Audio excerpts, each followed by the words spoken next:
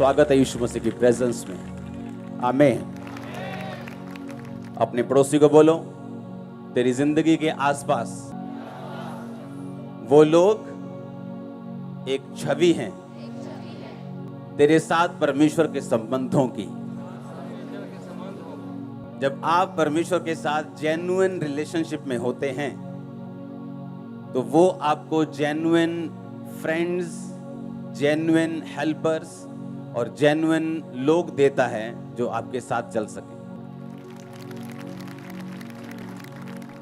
और अगर आपकी रिलेशनशिप परमेश्वर के साथ फेक है, उताव चढ़ाव वाली है, कम विश्वास वाली है, तो आपके आसपास के लोग भी जो आपकी लाइफ में होंगे वैसे ही होंगे। कुछ लोग परमेश्वर के साथ गेम्स खेलते हैं।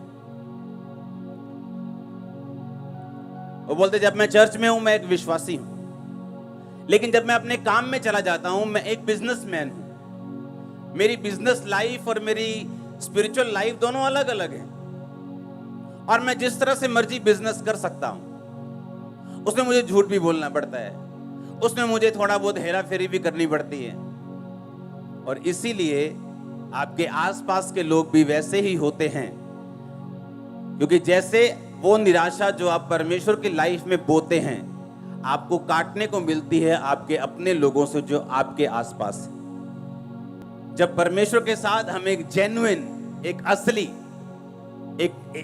एक रिलेशनशिप में होते हैं तो परमेश्वर भी हमें हमारी लाइफ में असली लोग देता है। फिर आपका पति आपको फेक प्यार करने वाला नहीं होगा कि आपको मुंह पर जानू जानू बोलकर बाहर एक जानू रखी होगी। आप समझ रहे मेरी बात? हम जो कुछ भी परमेश्वर के साथ करते हैं उसका बदला हमें अपनी लाइफ के आसपास मिलता है। उसने कहा तू जब गुप्त में जाकर प्रार्थना करेगा मैं पब्लिक में उसका रिवॉर्ड दूंगा। तू प्रार्थना तो गुप्त में ही करेगा लेकिन उसका रिवॉर्ड मैं पब्लिकली तुम्हें दूंगा। तुम्हें बताने की जरूरत नहीं होगी कि तुम बहुत प्रार्थना वाले व्यक्ति हो या तुम गुप्त में बहुत प्रार्थना करते हो। तुम्हारा रिवॉर्ड, तुम्हारा रिजल्ट शॉकिंग होगा लोगों के लिए, ये रिजल्ट होगा। और वैसा ही उसने कहा अगर तुम अंदर घुस के मेरे साथ गेम्स खेलोगे तो वो भी नजर आएगा। कुछ लोग लगातार निराशा हासिल करते हैं अपनी रिलेशनशिप में, एक के बाद दूसरी, तीसरी, चौथी, अपने बिजनेस में 1, 2, 3, 4, 5, 6 लगातार, अपने परिवार में, अपने कैरियर में लगातार डिसअपॉइंटमेंट। लेकिन वो भूल जाते हैं कि उन्होंने भी परमेश्वर को लगातार निराश किया है।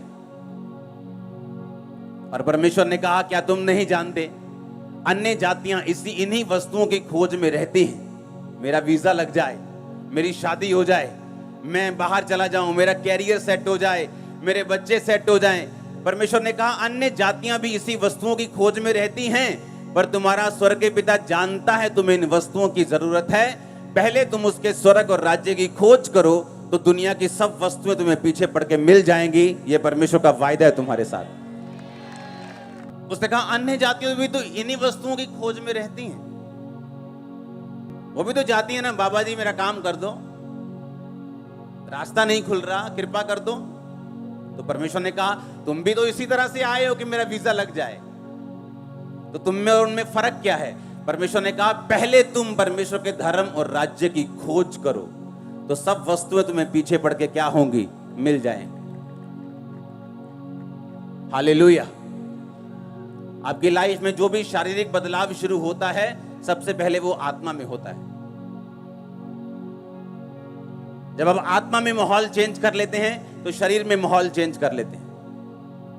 जब आप आत्मा में बदलाव देख लेते हैं तो शरीर में अपने आप बदलाव दुनिया में आना शुरू हो जाता है। यहोशू 5 उसकी 1 से लेके 15 आयत, इसको नोट करेंगे हम। मैं आपको 2 आयत से पढ़ूंगा।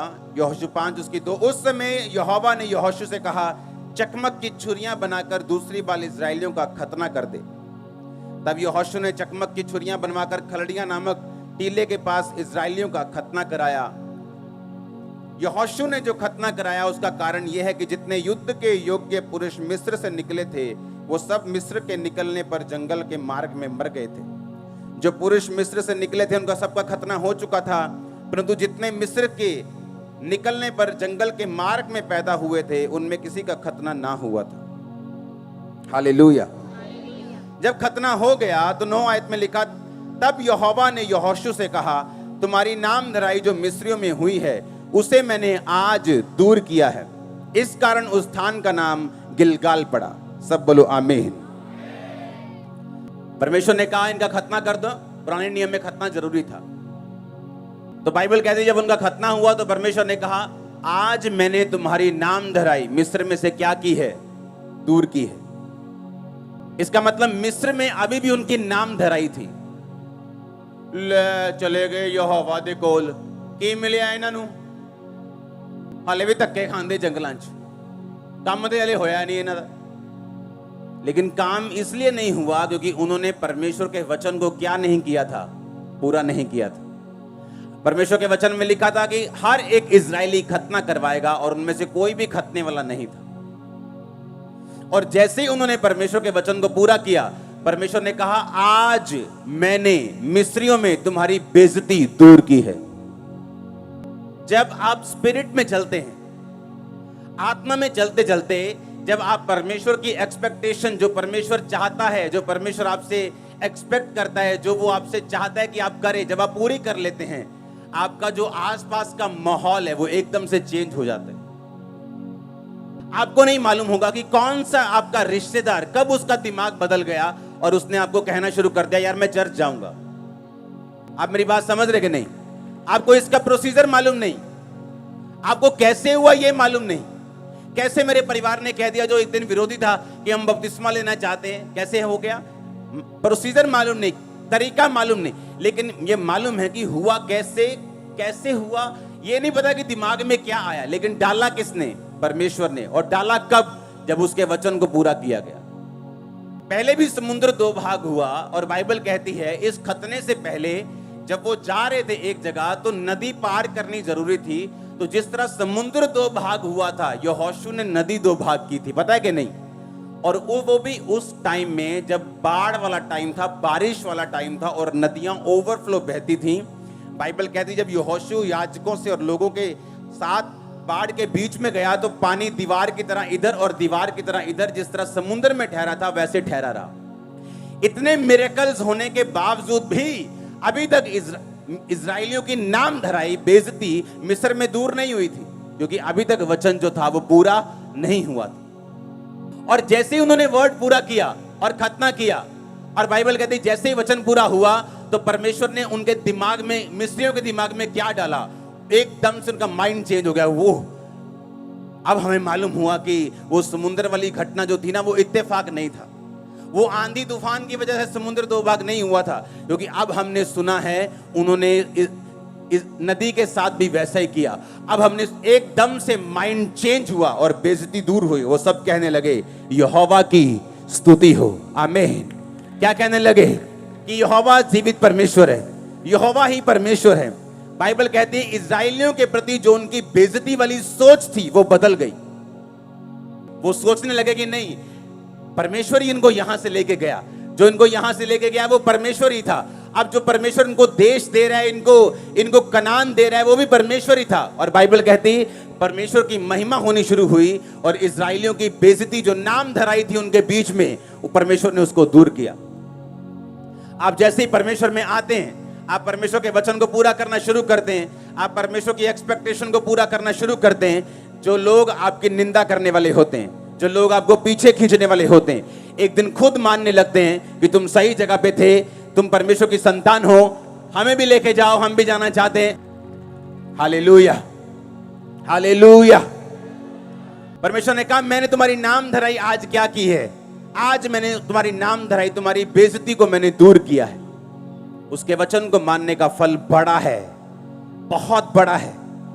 वो आपकी फाइट को खत्म कर देगा जो आपके घर में चल रही है। सरेंडर कर देंगे आपके एनिमीज, सरेंडर कर देगी वो बीमारी, सरेंडर कर देगा वो तूफान, वो फाइनेंशियल ट्रबल, वो कर्जा, वो बच्चों के नशे वाली आत्मा, हालेलुया। आपको परमेश्वर के साथ चलना है, आपको परमेश्वर के साथ बढ़ना है, आपको उसके साथ गेम्स नहीं खेलनी, आपको उसके साथ फेक रिलेशनशिप नहीं रखनी। आपकी आपकी आपकी बिजनेस लाइफ और आपकी स्पिरिचुअल लाइफ दोनों अलग अलग नहीं है, ये एक ही है। आमीन। आप अलग अलग रोल नहीं निभा सकते, चर्च के अंदर और चर्च के बाहर और, फिर आपकी रिलेशनशिप परमेश्वर के साथ सही नहीं। आप हेल्प मांग सकते हैं होली स्पिरिट से कि पवित्र आत्मा मुझे हेल्प कर, मुझे मदद कर कि मैं ये स्पिरिचुअल लाइफ और अपने कैरियर, अपने बिजनेस और अपनी आउटसाइड लाइफ में एक बैलेंस बना सकूं। आमीन। और यही तुम्हारी फाइट है। इसलिए बाइबल कहती है हर एक व्यक्ति अपना बोझ स्वयं उठाए। जो बैलेंस बनाना है वो मैंने आपका नहीं बनाना, वो आपने खुद स्टैंड लेना है। आमीन। मैंने आपको गाइड करना है, आपके लिए प्रेयर करनी, आपके लिए प्रोफेटिक वर्ड्स देने हैं, आपको लेके चलना है, लेकिन उसके बाद अपना बोझ आपने स्वयं उठाना है। आपने खुद अपने आप में स्टैंड लेना है, आपने खुद प्रार्थना करने का निश्चय करना है, आपने खुद तौबा करने का निश्चय करना है, खुद एक बैलेंस लाइफ जीने का निश्चय करना है कि आपकी स्पिरिचुअल लाइफ और आपकी कैरियर वाली लाइफ ये अलग अलग नहीं, ये सेम लाइफ है। आमीन। इसलिए परमेश्वर ने कहा जो अपना हाथ हल पर रखकर पीछे देखेगा वह मेरे योग्य नहीं। अगर रोज तू अपना क्रूस उठाकर मेरे पीछे नहीं चलेगा तो तू मेरे योग्य नहीं। हालेलुया। ऊंची आवाज में बोलो हालेलुया। उसकी 13, 14, 15 आयत को पढ़ेंगे आप अपनी स्क्रीन के सामने। तब यहोशू यरीहो के पास था तो उसने अपनी आंखें उठाई और क्या देखा कि हाथ में नंगी तलवार लिए हुए एक पुरुष सामने खड़ा है। यहोशू ने उससे पास जाकर पूछा क्या तू हमारी ओर है या हमारे बैरियों की ओर का? उसने उत्तर दिया मैं यहोवा की सेना का प्रधान होकर अभी आया हूं। तब यहोशू ने पृथ्वी पर मुंह के बल गिरकर दंडवत किया और उससे कहा अपने दास के लिए प्रभु की क्या आज्ञा है? आमीन। जैसे ही उन्होंने खतना किया, बाइबल कहती परमेश्वर ने एक स्वर्गदूत को भेजा जो उनकी सेना का स्वर्गदूतों का प्रधान होकर वहां पे गया और उसने कहा तू कौन है, तू कहां से आया है, क्या तू मेरे विरुद्ध है या मेरी ओर है? उसने कहा मैं परमेश्वर की ओर से आया हूं और मैं तेरी ओर से लड़ूंगा, मैं तेरी ओर हूं। इसका मतलब जब वचन पूरा होता है डिवाइन हेल्पर्स आपकी हेल्प करते हैं, एंजल्स की सुरक्षा आपके साथ होती। आप मेरी बात समझ रहे कि नहीं? वो प्रोटेक्शन आपके साथ होती। अपने पड़ोसी को बोलो प्रभु के साथ सही रीति के साथ चल तो सब अच्छा होगा। आमीन। उसने हमें एक मैनुअल दिया, एक बुक दी है, एक बाइबल दी है, एक वचन दिया है जिसके अनुसार अगर हम चलें तो परमेश्वर ने कहा सारी चीजें अपने आप फिट बैठेंगी तेरी लाइफ में। मैं सभी तेरे परिवार को, तेरी फैमिली को, तेरे फाइनेंस को, तेरी सेहत को, हर एक चीज को फिट कर दूंगा जहां वो फिट होनी चाहिए अगर तू मेरे धर्म और राज्य की खोज करेगा तो। आमीन। इस लाइफ में अगर कोई सफर कर रहा है, संघर्ष कर रहा है तो वो परमेश्वर की ओर से नहीं है। समझ आई कि नहीं?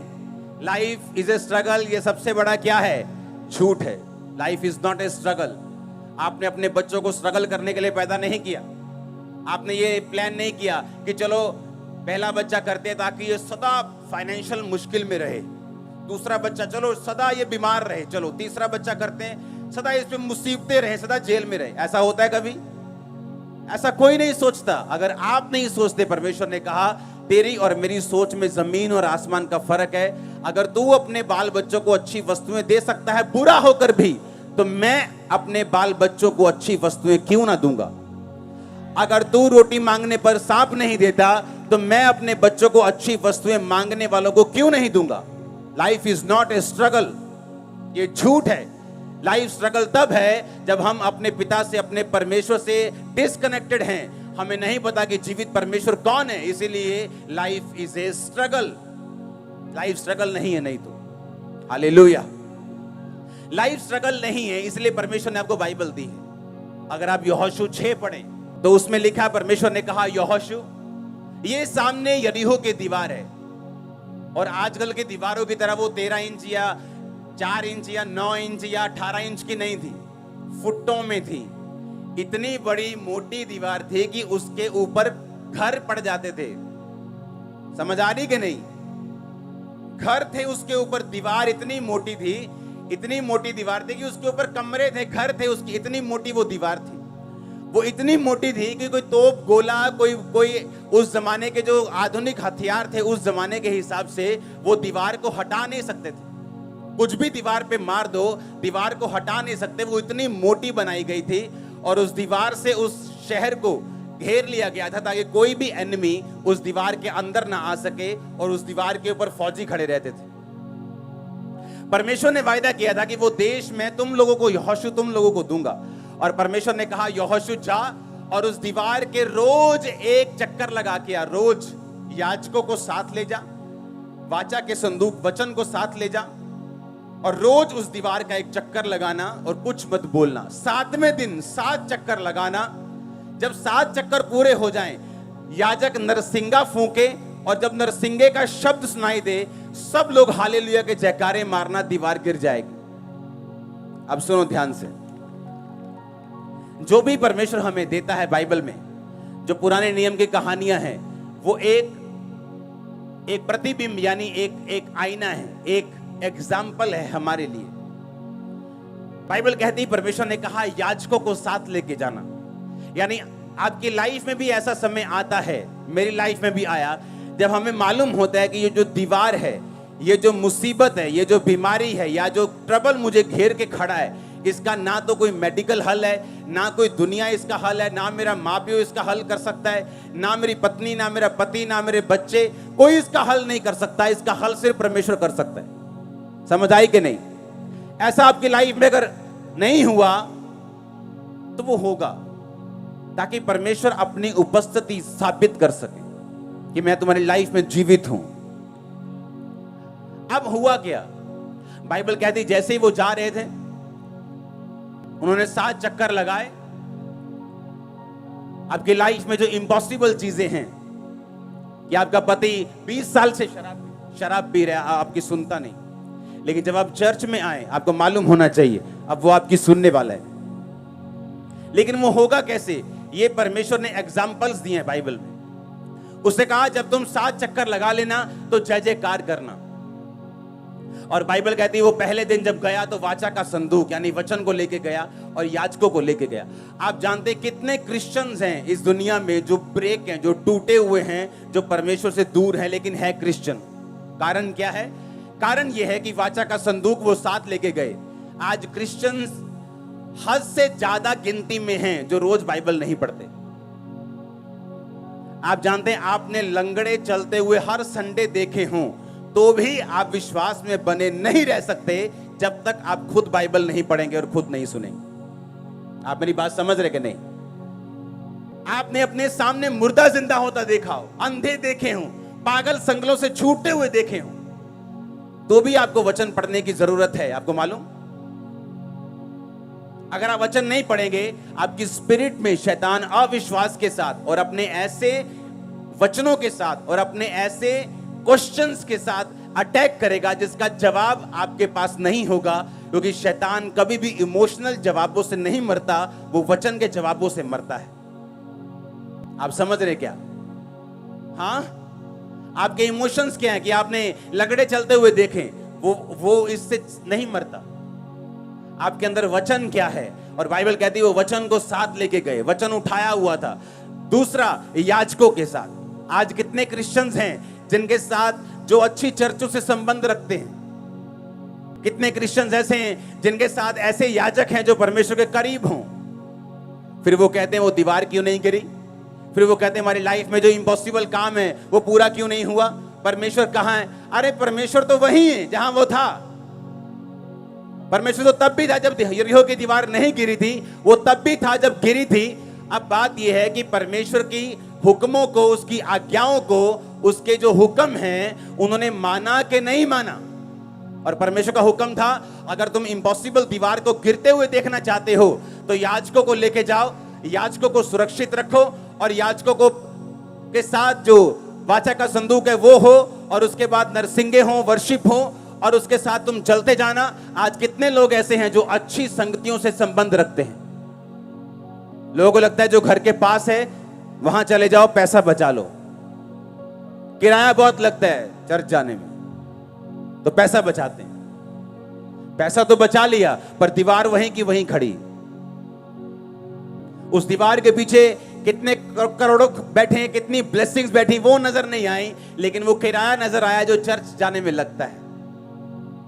वो नजर नहीं आया जो उसके पीछे श्राप है वो टूटेगा, वो नजर नहीं आया जो उसके पीछे कितने बंधन है वो टूटेंगे, वो शैतान जो जाएगा, वो बीमारियां जो जाएंगी, वो श्राप जो घरों से, नशे के जो चीजों के खत्म होंगे, वो नजर नहीं आया। और बाइबल कहती है वो याजकों को लेके चले, वाचा का संदूक जिसमें परमेश्वर के हाथ के लिखे हुए वचन थे वो लेके चले, और उन्होंने जब वर्शिप की 7वें दिन 7 बार चक्कर मार के, हालेलुया, परमेश्वर ने कहा 7वें दिन तुम 7 बार चक्कर, एक शहर के जब तुम 7 चक्कर लगा लोगे तुम्हारी हालत क्या हो जाएगी। अगर कोई आज का लीडर वहां होता ना, कहता ऐ करो तू ही पता, तू ही मारो पहला नारे, ਤੁਹਾਡਾ शरीर भी उदों ਐਨ चुस्ती च होना है। ਆਪਾਂ ਪਰੌਂਠੇ ਪਰੌਂਠੇ ਖਾ ਕੇ ਚੱਲਦੇ ਆਂ, ਪਹਿਲਾਂ ਨਾਰੇ ਮਾਰ ਲਾਂਗੇ ਤੇ ਬਾਅਦ ਚ ਘੁੰਮ ਲਾਂਗੇ। हाँ, परमेश्वर ने क्या कहा?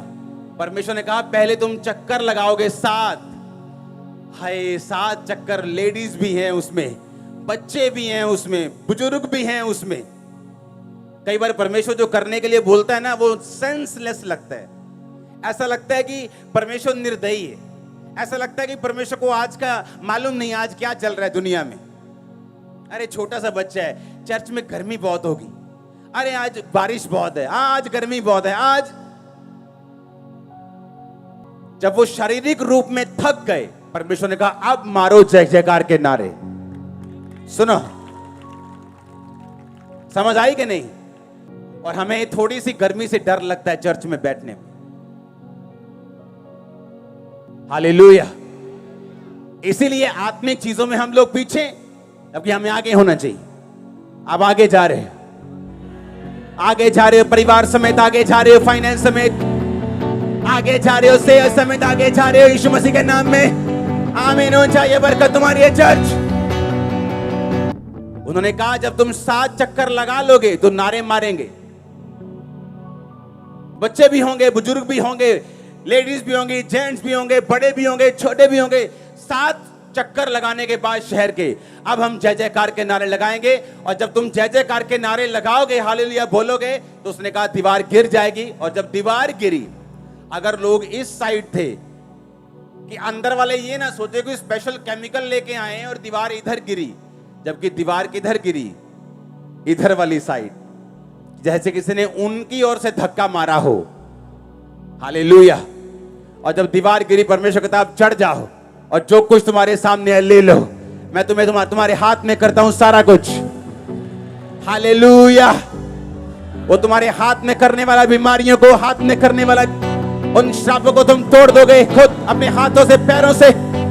उसके पहले के सारे इंस्ट्रक्शंस आपको माननी होगी। आमीन। आपको एक वर्शिपर बनना होगा।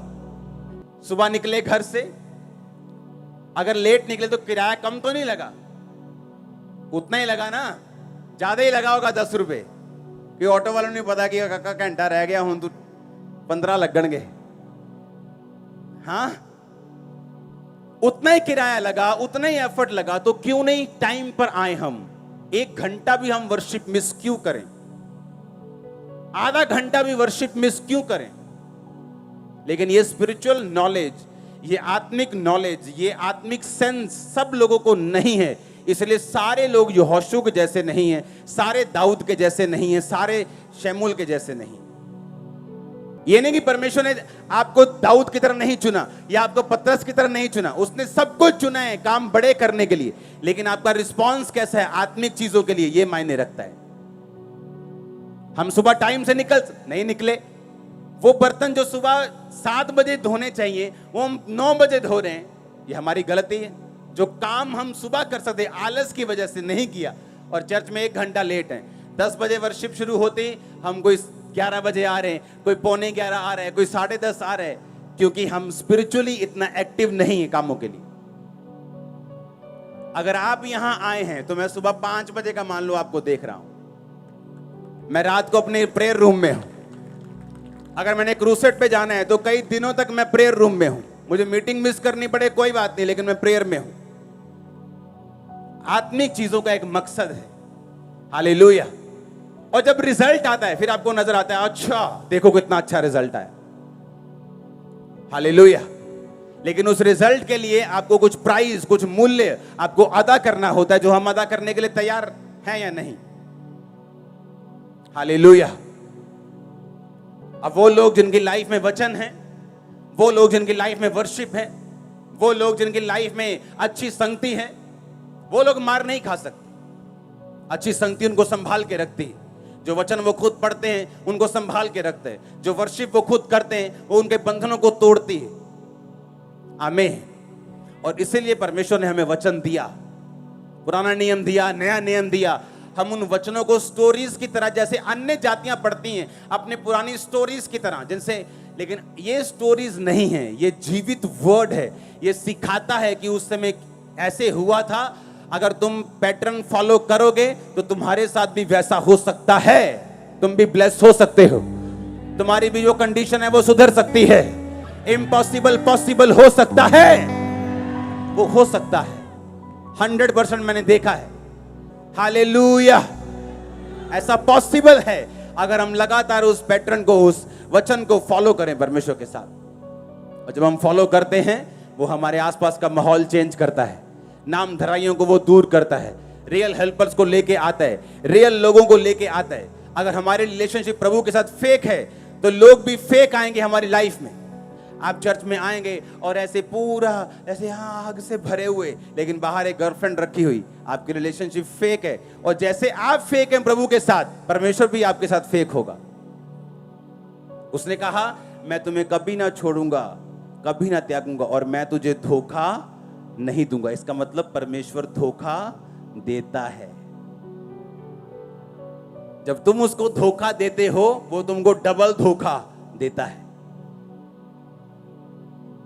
उसने कहा मैं तुम्हें कभी धोखा नहीं दूंगा, क्योंकि तुमने मुझे धोखा नहीं दिया तो मैं भी तुम्हें धोखा नहीं दूंगा। तुम मेरे साथ वफादार रहे हो, मैं भी तुम्हारे साथ वफादार रहूंगा। तुमने मुझे नहीं छोड़ा, मैं तुम्हें नहीं छोड़ूंगा और नहीं त्यागूंगा। जो तुम मुझे दोगे मैं 100 गुना करके तुम्हें वापस करूंगा। सुलेमान ने भवन बनाया, परमेश्वर ने भवन से अच्छा घर उसे दिया। तुम उसको हरा नहीं सकते। अगर धोखा दोगे तो वो बड़ा देगा, पैसा दोगे तो वो बड़ा देगा। तुम जो भी उसको दोगे वो तुम्हें वापस करेगा। हालेलुया। अपने पड़ोसी को बोलो ध्यान से चल। अगर तू प्रभु से, उसकी वाचा से वफादारी के साथ चलेगा तो परमेश्वर भी तेरे आसपास को तेरे साथ वफादार करेगा। उस मैदान के, जिस मैदान में तू चलेगा उसके पत्थर तक तुझसे वफादार रहेंगे। Hallelujah, hallelujah. आपके घर की ईंटें तक आपसे वफादार रहेंगी। आपके स्कूटर, मोटरसाइकिल, आपकी गाड़ियां, आपके सिलेंडर आपसे वफादार रहेंगे। मैं आपको सच कह रहा हूं। हालेलुया। क्योंकि आप परमेश्वर के साथ अगर वफादार हैं तो, अगर आपकी रिलेशनशिप फेक है तो बाइबल बताती है, अगर अभी मैं आपको छोड़ दूं सबको कि अगले आधा घंटा हम लंच करेंगे, आप सब फ्री हो, आपस में बातचीत करो, 15-20 मिनट में ही चुगलखोर इकट्ठे हो जाएंगे, पवित्र लोग अलग इकट्ठे हो जाएंगे, जो प्रार्थना करने उनकी अलग जोड़ी बन जाएगी, व्यभिचारियों की अलग बन जाएगी। उन्होंने ढूंढा कैसे एक दूसरे को, ये बड़ी मिस्ट्री है। कैसे मालूम हुआ तुमको? बस पता लगे ना आप बंदा अपना ही है। हाँ, तो ऐसे ही जैसे आपने ढूंढ लिया, व्यभिचारी ने व्यभिचारी को ढूंढ, मालूम नहीं कैसे ढूंढते वो, और कैसे आत्मा वाला बंदा आत्मा वाले बंदे के साथ ही अट्रैक्ट होता है कि वो आत्मिक बंदा आत्मिक के साथ। बहुत कम होता है, 99%, 90 से 99% कम होता है कि एक स्पिरिचुअल लाइफ की एक बंदे में एक धोखा देने वाला बंदा है, वो भी उसको कुछ सिखाने के लिए, कुछ दिखाने के लिए, अदरवाइज उसको नुकसान देने के लिए वो नहीं होता। लेकिन जो फेक लोग होते हैं उनकी लाइफ में वो सचमुच नुकसान करने के लिए आए होते हैं। हालेलुया। एक दूसरे को ढूंढ लेते हैं हम, अपने अपने अपने अपने जैसे को हम ढूंढ लेते हैं। आपको ढूंढना है कि आत्मिक लोग, आपको ढूंढना है संगति अच्छी, आपको ढूंढना है। और बाइबल कहती वाचा का संदूक, याजकों की उपस्थिति उनकी लाइफ में, वर्शिप, और वो दीवार नीचे थी, जो दीवार सामने खड़ी थी, उनको गालियां दे रही थी, उन पे हंस रही थी, उनके पांव के नीचे थी। वो शैतान आपके पांव के नीचे होगा, बिल्कुल नीचे, नीचे होगा। मैंने कहा पांव के बिल्कुल नीचे। हालेलुया।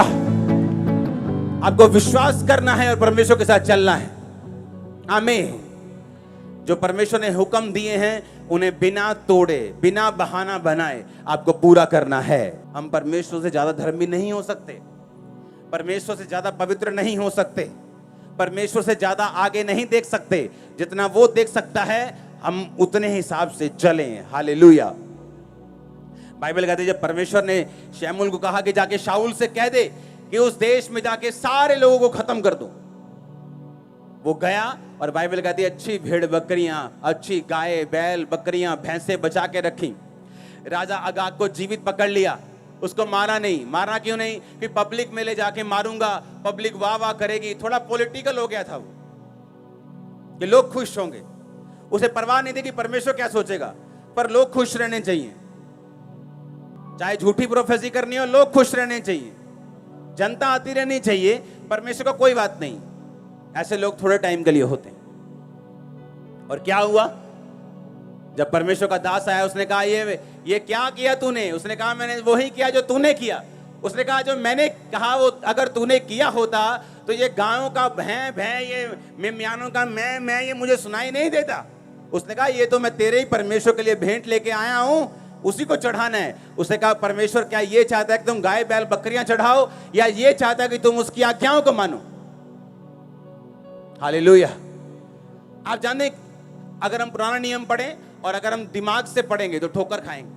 हमें लगेगा कि अगर परमेश्वर कहता है मैं सब इसकी संतान है, तो फिर उसने मारने का हुक्म क्यों दिया अमालेकियों को?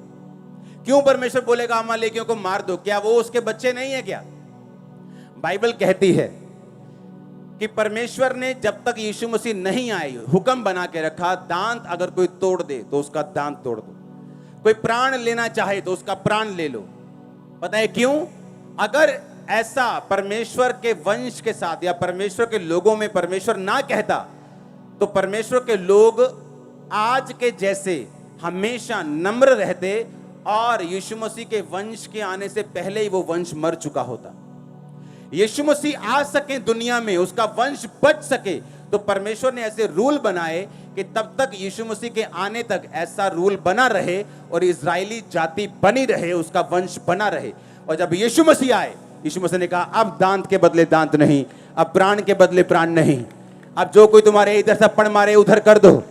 अरे हमारी बातें मान के तो लोग महान हो गए दुनिया में। हाँ, कहां लिखा है और यहां मारो तो वहां कर दो? कहीं नहीं लिखा, बाइबल में लिखा है। एक बात मान के लोग इतना ग्रेट हो गए, आप पूरी बाइबल मानोगे तो पूछो कहां जाओगे? हालेलुया। परमेश्वर ने मालूम क्यों कहा अमालेकियों को? थोड़े सालों के बाद उन्हीं अमालेकियों के वंश में हामान पैदा हुआ। और हामान ने पता क्या कहा राजा को? कि राजा, ये सारी यहूदी जाति जो तू देख रहा है ना, ये अलग सी है, लंगर नहीं खाती, प्रसाद नहीं खाती, इनको खत्म कर दिया जाए। राजा ने अंगूठी ली, छाप लगाई, बोला खत्म कर दो।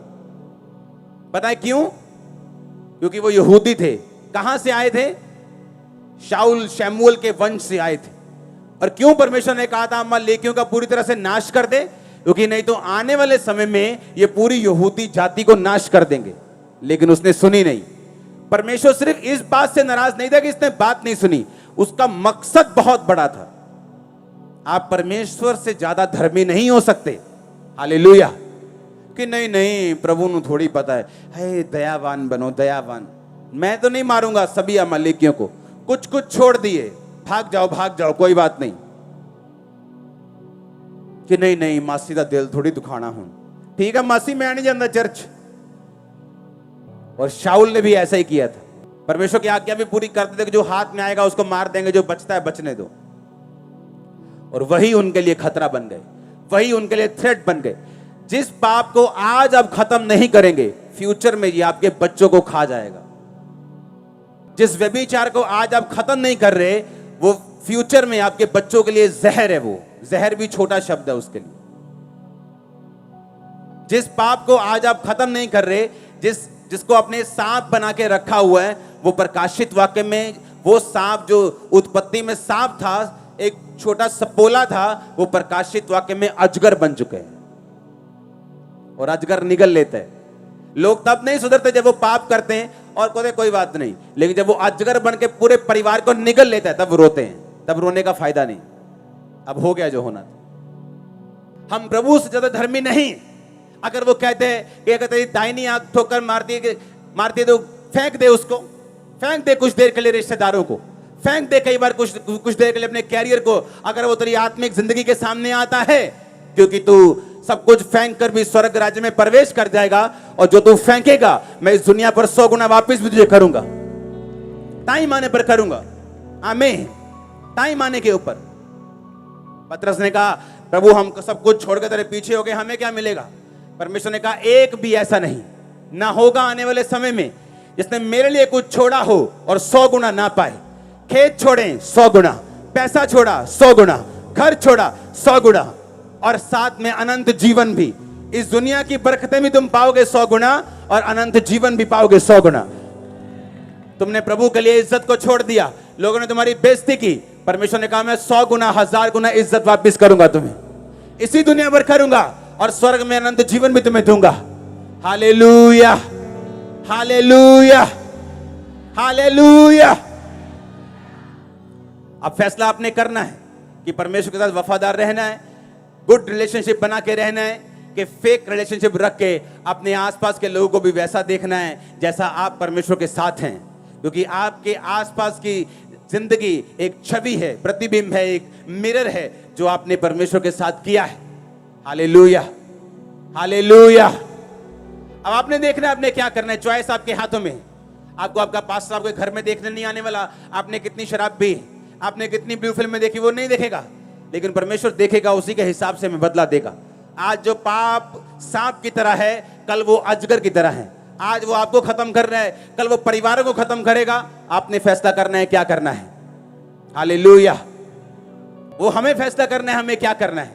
अपने पाप को पालकर अजगर बनाना है उसको, या उसको आज ही उसकी सीरी कुचल देनी, उसका सिर कुचल देना है। आमीन। और आगे बढ़ना है परमेश्वर के साथ। जब उन्होंने वचन को पूरा किया, जब खत्म किया, तो परमेश्वर ने मनों को बदलना शुरू कर दिया, विरोधियों के मनों को बदलना। मन, परमेश्वर ही मन बदल सकता है, आप नहीं बदल सकते। आप कुछ भी दिखा सकते हैं लेकिन मन नहीं बदल सकते। लेकिन मन बदलने वाला परमेश्वर है। जैसे उन्होंने प्रभु के वचनों को पूरा किया, परमेश्वर ने विरोधियों के मन बदलने शुरू कर दिए। परमेश्वर ने कहा आज मैंने तुम्हारी नाम धराई, तुम्हारी बेइज्जती को आज मैंने दूर किया है, जब तूने वचनों को माना है। सडनली रियलाइज होगा आपके लोगों को कि नहीं, वो जगह सही है, यीशु मसीह सही। एकदम से आपके हस्बैंड को, आपकी वाइफ को, आपके नशे करने वाले बच्चों को एकदम से रियलाइज होगा, एकदम से मालूम दिमाग में कुछ आएगा कि नहीं, मुझे परमेश्वर के साथ चलना है। तू बच, तेरा घराना बचाया जाएगा, तू बच, तेरा घराना बचाया जाएगा। जब तू मेरे धर्म और राज्य की खोज करेगा, तो सब वस्तुएं तुझे पीछे पड़ के मिलेंगी। हासिल करोगे आप सब चीजों को, ए से लेके जेड तक यीशु मसीह के नाम में। मैंने कहा ए से लेके जेड तक यीशु मसीह के सामर्थ्य नाम में। उसने कहा मैं अल्फा, मैं ओमेगा, मैं आखिरी, मैं अंत, मैं शुरू हूं। मैं आप सब चीजों को हासिल करने पाएंगे जो परमेश्वर ने आपके लिए रखी हैं। शैतान के कामों का नाश होगा आपकी लाइफ से, उसके कामों का नाश होगा आपके फाइनेंस से। आमीन हो जाए बरकत आपकी है चर्च। Hallelujah, hallelujah. अपने पड़ोसी को बोल वफादार रहे, इसमें तेरा फायदा है। आमीन। फिर से बोलो, पड़ोसी से वफादार रहे, इसमें तेरा क्या है। आमीन, आमीन। 7 बार बोलो आमीन, आमीन। हालेलुया।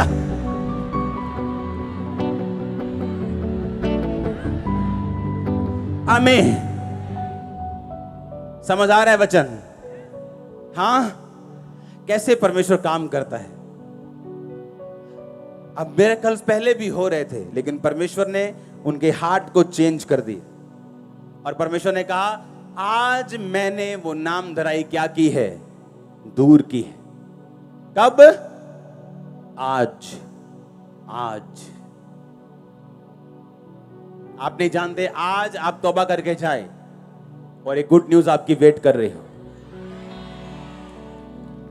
क्योंकि उस पर आपका कोई कंट्रोल नहीं। उस पर कंट्रोल तो सिर्फ वही है जिसने जमीन और आसमान को बनाया है। अमृतसर क्रूसेड के लिए तारीफ करो जोर से। लोगों को लगता है कि वो बहुत बड़ा इकट्ठ था, तो मैं उनको बताना चाहता हूं ये शुरुआत है। परमेश्वर ने मुझे दिखाया कि अब आधा किलोमीटर नहीं, अब 5-5 किलोमीटर लंबे क्रूसेड होंगे। आपको ऐसा लगेगा कि आप आधे फगवाड़े तक गाड़ी पार्क करके आए हो, चलते जा रहे हो। एक क्रूसेड कब खत्म होगा? आमीन। सुनो, अगर हम धर्म को फैलाने वाले होते तो लड़ते। हम धार्मिकता को फैलाने वाले। वो कहते हैं कि मैं नया धर्म बनाने के लिए नहीं आया, मैं धार्मिकता को बनाने के लिए आया। इसलिए हम सबसे प्यार करते हैं, करते रहेंगे। हमें कोई मतलब नहीं कोई क्या कहते हैं, हम करते थे और करते रहेंगे। अपना काम करते थे और वो भी करते रहेंगे। हालेलुया। अपने हाथों को उठाओ। सुनो मेरी बात, अगर हम वचन के सगे नहीं, कोई दुनिया में आपका सगा नहीं हो सकता। मैं आपको लिख के देता हूं। आप हमेशा खाली, ठगे हुए महसूस करेंगे। जैसे किसी ने चोरी कर ली, आपको लगेगा कोई आपका अपना नहीं, जब तक आप वचन के साथ पूरा संबंध नहीं बना लेंगे। क्यों? आपको बनाया ही ऐसे गया है। आपको ऐसे किया गया है।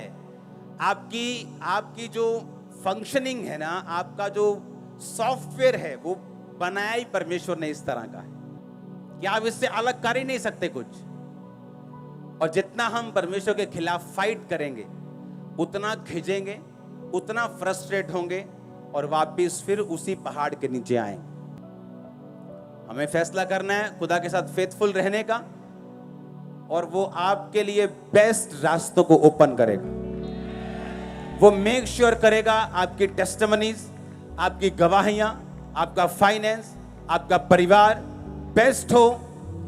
और आमीन ऊंचा चाहिए। उठाओ अपने हाथों को। Thank you Jesus. हिलाओ हिलाओ हिलाओ अपने हाथों को।